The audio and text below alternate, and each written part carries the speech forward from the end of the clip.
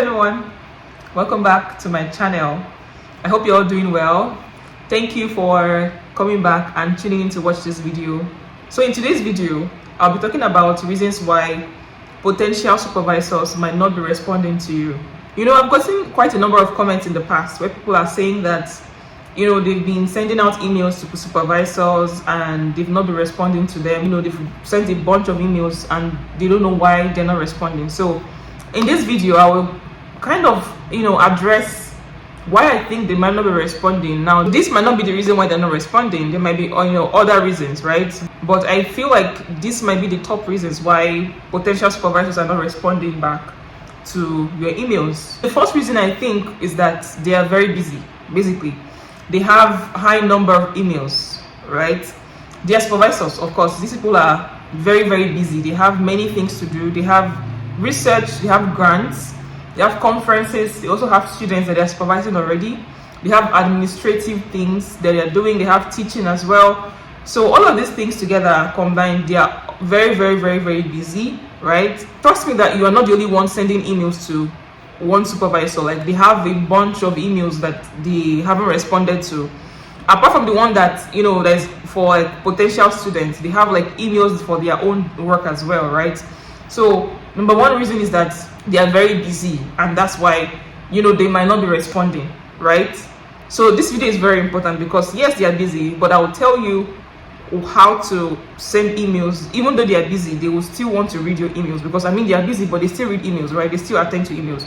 So that's why they need to prioritize which ones are important.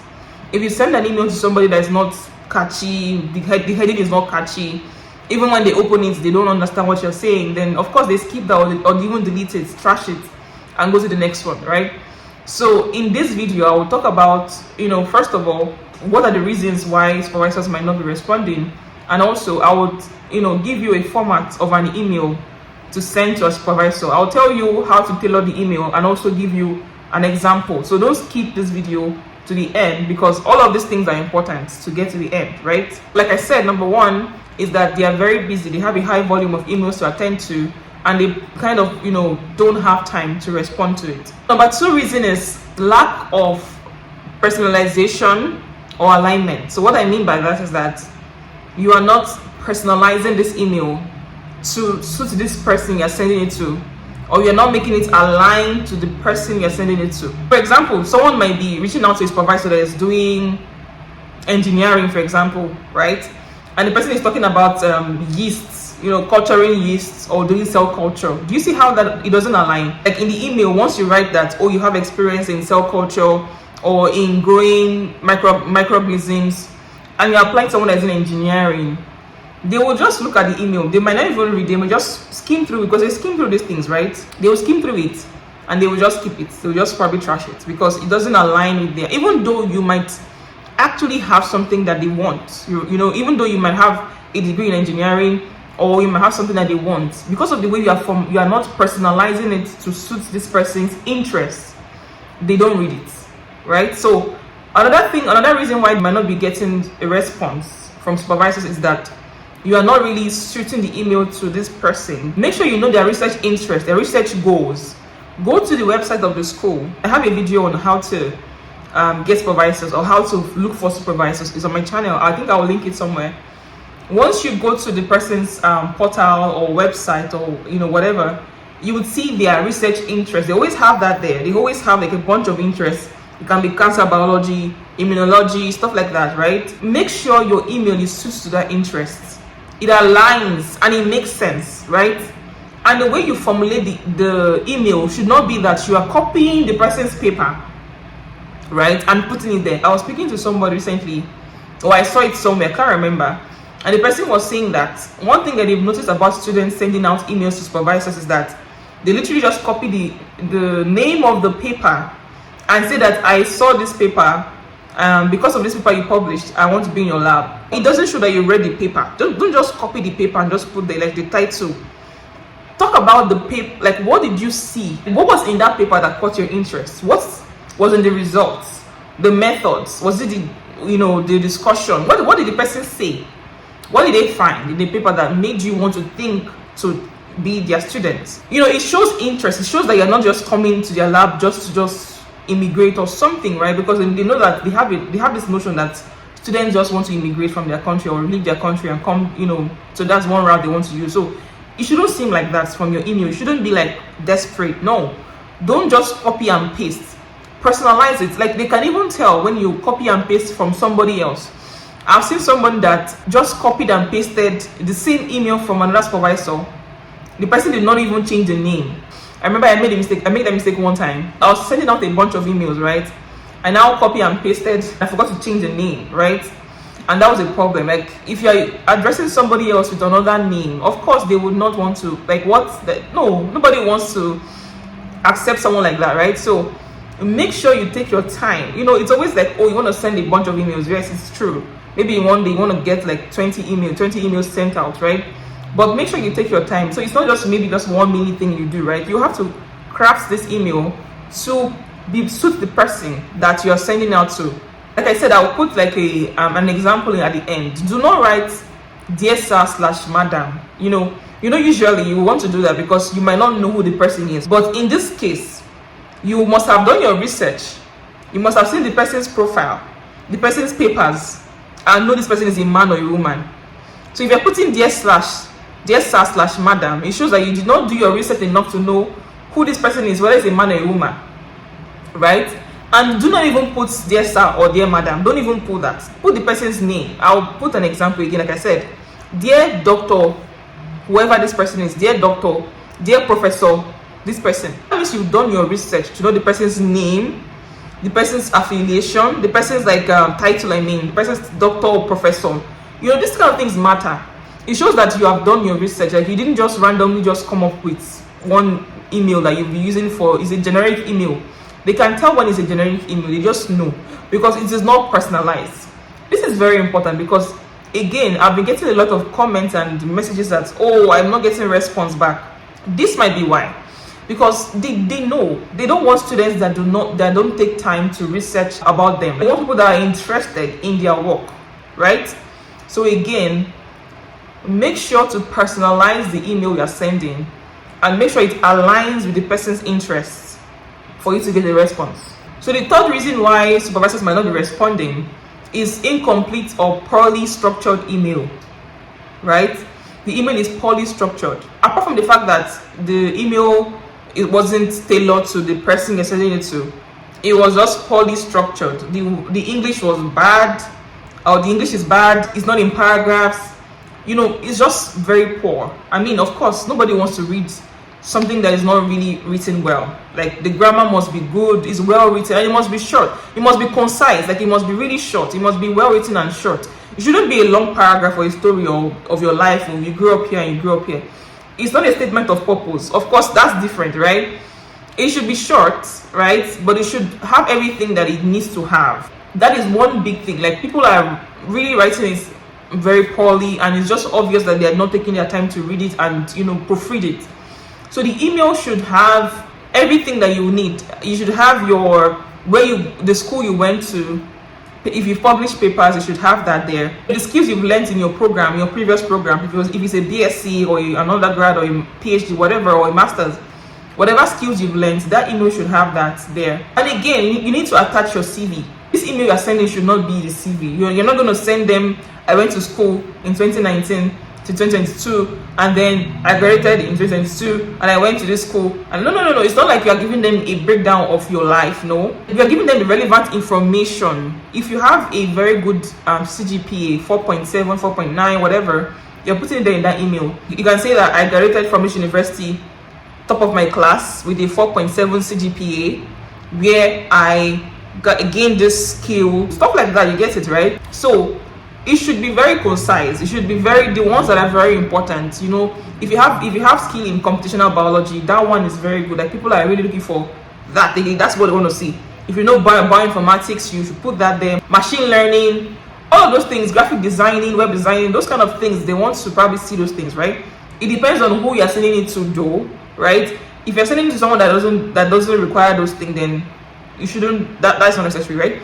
So basically, once you're tailoring the email to the person, also make sure it's not poorly structured. Don't write things that are not necessary, and proofread it. Use Grammarly, use grammar checker to proofread your email. Attach your CV, your transcript should be attached as well, and all of these things. So I feel like all of these things will help you. It will make them see that you actually put thought into it, and then they will read it. Another reason why they might not be responding, or you might not be getting a response, is because of bad timing. So what I mean by bad timing is that you sent it at the wrong time. It could just be that they don't want students, like they already have enough students for themselves. I think like the most common time that people actually recruit students is the August-September session, right? I feel like that's the time that supervisors want students to start in their lab. It's a new session, right? And they are getting grants and stuff like that, right? So if you want to come in September, you think about it. By like December of the previous year, like you want to come September of maybe, for example, next year, by December or by like November, December, start sending out supervisors, like sending out emails to supervisors that you plan to come in September of next year, right? So the timing, don't send out emails by May or by June to come in September, or like, do you know what I'm saying? Just plan it. Don't send out emails by like May, June, July. By that time, they already have students. They already have like students are coming in September, right? So you should send out emails like, for example, November, December, or even now, September now. Like now is it's not a bad time to actually start sending out emails this September, because you would tell them that you want to come in September of next year, right? That's possible, because that process for you might take a while. Visa application, all of that, it might take a while, right? So they will plan for that. They need to even get grants, right? They need to apply for grants and get grants for the next year, right? You can even check online, check for the dates that they have for admission deadlines. You know that's when it's going to close. Maybe I think it's around March, April. It's going to close around that time. You start sending out supervisors, like email supervisors, like around December of the previous year, November, December of the previous year, so that they will respond to you before March, before the deadline of the admission dates. Do you get it? You can send out emails at any time, but I think that once you time it very perfectly, I feel like that would help you. Look at the graduation dates, right? There are dates that people graduate. Just check school's website and see when they are going to graduate. I think they have about 3 graduation dates or something like that, right? You probably plan around the graduation dates, because people are graduating, they need students to come and start. You get what I'm saying? So that's why I said that the timing is very, very important to know when you are sending out emails. Again, October, November, December, like around this time is good to send out email supervisors to resume for like September of next year, because that process takes a while, right? Very important. And also on timing, apart from the timing of like academic schedules, like sessions, it's also timing when you send out the emails.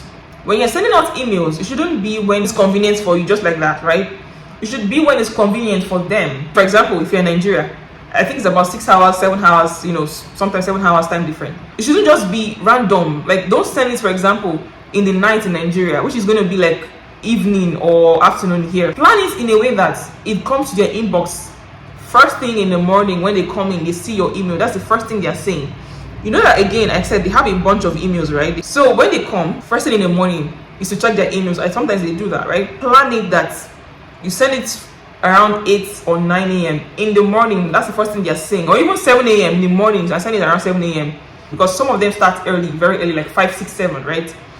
So again, the timing is very important. Don't send it in the evening when it's evening here in Canada. You're sending it, they are done. The next day, the email is already at the bottom because more are at the top. Do you know what I'm saying? So the timing is very, very important. Also, another reason might be funding limitations. The PIs or the supervisors might just not have funding for you, right? And some of them might even respond back to you and say that, oh, I don't have funding for you. I'm sorry. If you're still interested, they would like to take you as a student, but then they will probably not pay you. So in that sense, they'll just tell you that, oh, they don't have funding, that, but they plan to, you can come and, you apply for scholarship and stuff. I wouldn't say that you should actually say yes to someone that doesn't have funding.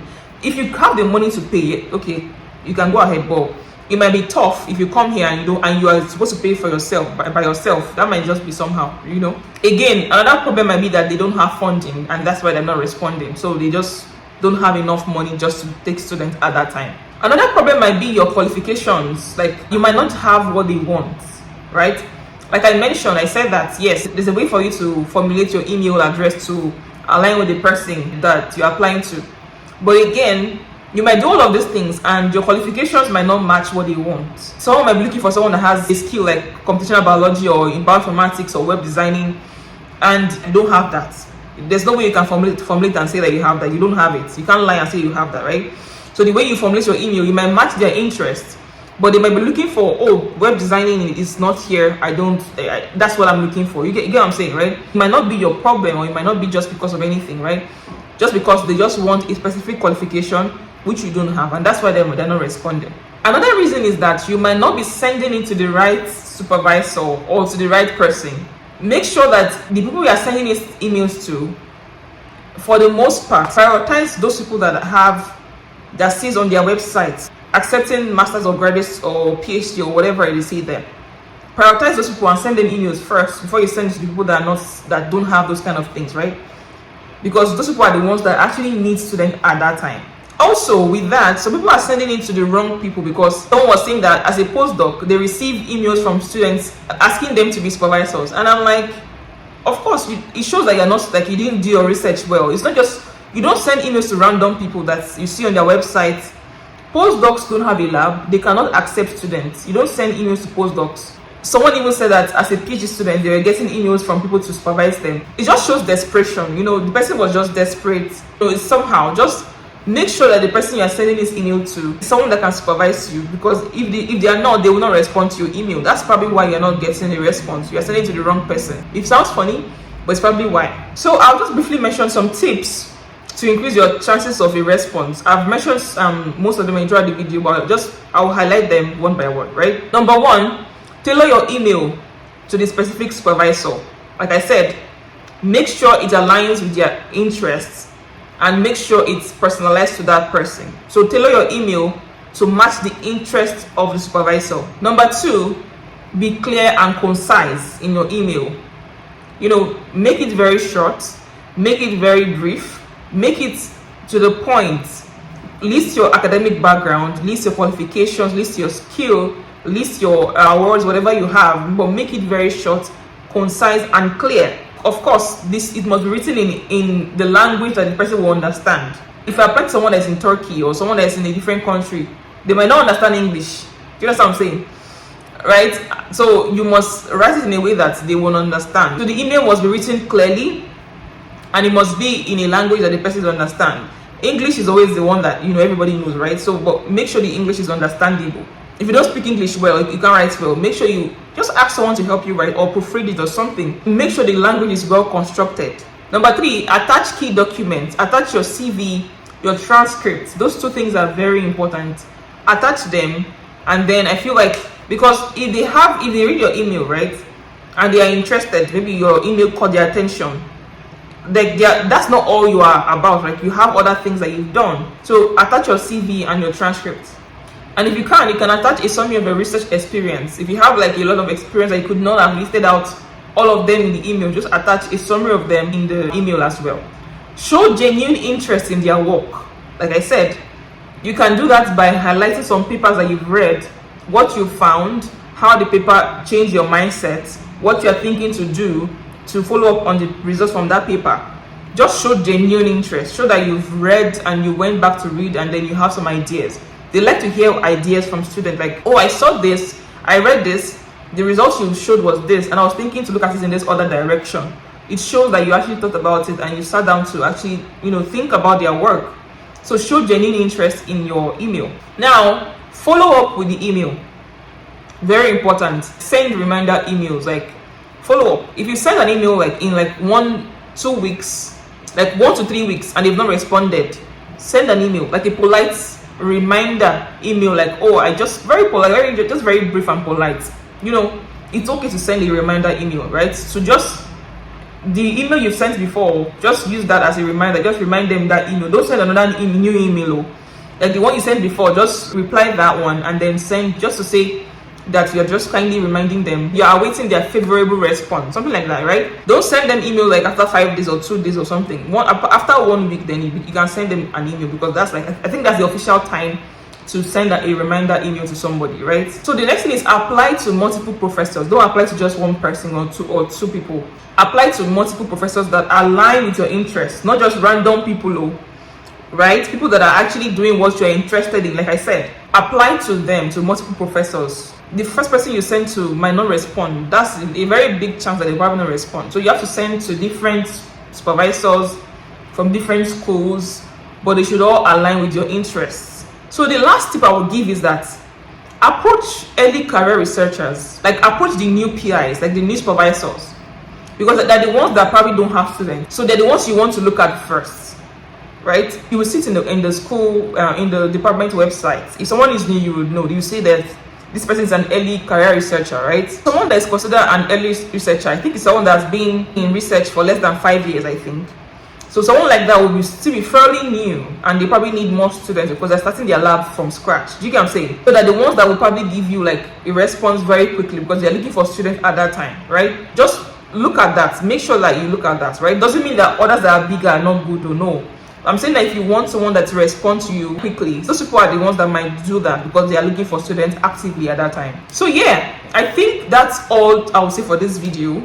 Like I said, I promised to leave an example of an email that you can write and send to your supervisor at the end of the video, which I will attach now.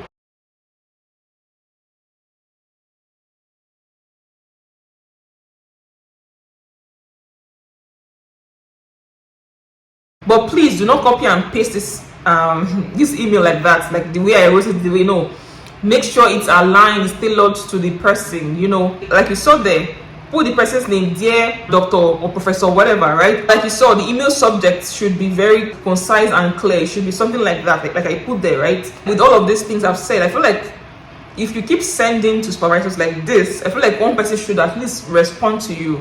Again, like I said, these reasons might not be all the reasons why they're not responding. It might be a bunch of other things, right? And also, make sure the email address you're sending it to is the correct email address, right? You might have sent it to your wrong email address, and then that's why you're not getting a response. So again, check the name, the email address, check everything is correct before you now conclude that they're not responding, because it might just be your problem, right?